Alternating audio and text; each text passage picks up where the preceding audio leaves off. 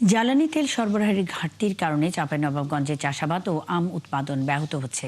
শুধু তাই নয়, শ্রমিক মজুরি বৃদ্ধি, সারের কৃত্রিম সংকট, পানির স্তর নেমে যাওয়া সহ তেলের সংকট যেন চাষিদের মরার ওপর খাড়ার ঘা হয়ে দাঁড়িয়েছে। তেলের সংকট ভাবিয়ে তুলছে আম চাষিদের। একে রোকনের তথ্য ও ছবিতে প্রতিবেদন। চাঁপাইনবাবগঞ্জে ভরা মৌসুমে চাষিরা আম পরিচর্যায় ব্যস্ত থাকার কথা থাকলেও তারা লাইনে ঘন্টার পর ঘন্টা দাঁড়িয়ে আছেন তেলের জন্য। একই অবস্থা বোরো ধান চাষিদেরও। যারা ডিজেল চালিত শ্যালো মেশিনের উপর নির্ভরশীল তারা পড়েছেন বেশ বিপাকে। মেঘলা আবহাওয়া এবং বৃষ্টির পর আম গাছে বালাইনাশক স্প্রে করতে বাগান মালিকদের প্রতিদিন বেশ কয়েক লিটার তেল দরকার হলেও তা ঠিকমতো পাচ্ছেন না। তবে খোলা বাজারে তেল পাওয়া গেলেও গুনতে হচ্ছে অতিরিক্ত অর্থ। চাই A1 SWR pipe and fittings. A1 engineers number 1 choice.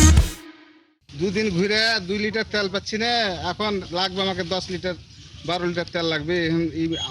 মুগলি তো নষ্ট হয়ে গেল।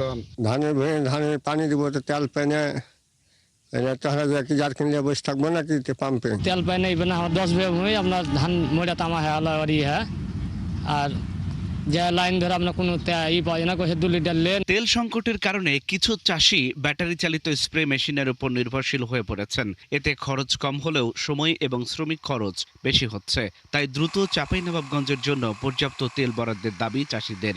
আর এই মৌসুমে শ্রমিকদের আয়ের সুযোগ থাকলেও এবছর তেল সংকটের কারণে শ্রমিকরাও হতাশ।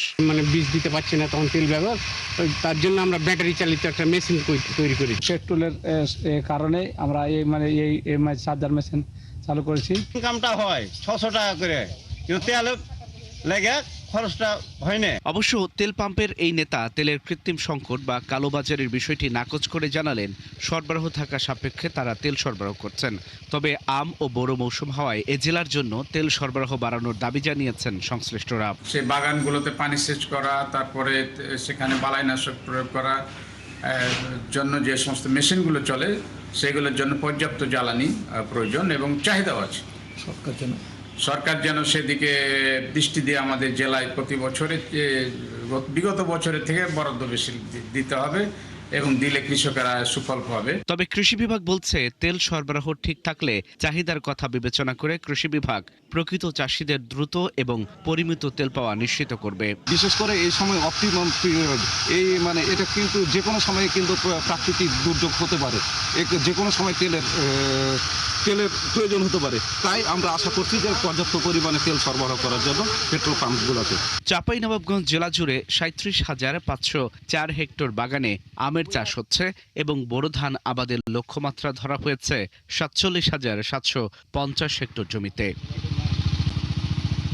আল ইমরান, 71।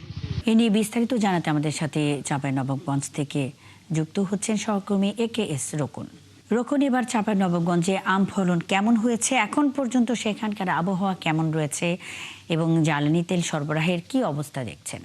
মুন্নি, আমি যদি সর্বশেষ প্রশ্নটি দিয়ে শুরু করতে যাই যে তেলের কি অবস্থা, আমি কিছুক্ষণ আগে কথা বলেছিলাম চাঁপাইনবাবগঞ্জ পেট্রোল মালিক সমিতির সহ সাধারণ সম্পাদকের সাথে। তিনি আমাকে যেমনটি জানিয়েছেন যে তার যে পাম্প রয়েছে সেই পাম্পে কিন্তু গত ঈদের আগের দিন তেল এসেছে এবং তার চাহিদা ছিল, তার গাড়িতে প্রয়োজন ছিল 14,000 লিটার, কিন্তু তিনি পেয়েছেন মাত্র 7,000 লিটার, অর্থাৎ 20%। তিনি বলছেন যে এই ক্রাইসিস হওয়ার পর থেকে কিন্তু 20% তেল সব পাম্পগুলোই কম পাচ্ছে এবং যার কারণে কিন্তু গতকালকে থেকে কিন্তু তেল সরবরাহ তার পাম্পে বন্ধ রয়েছে। এরকম কিন্তু বেশ কিছু পাম্পে একই অবস্থা বিরাজ করছে।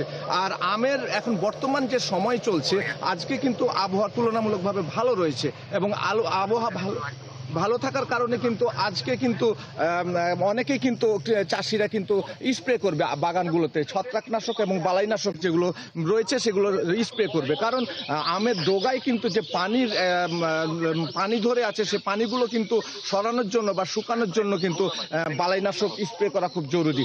যার কারণে কিন্তু কৃষকরা কিন্তু আজকে থেকে অনেক পরিমাণে তেলের চাহিদা বেড়ে যাবে, কিন্তু এই চাহিদা বাড়লেও কিন্তু সেইভাবে তেল পাচ্ছে না।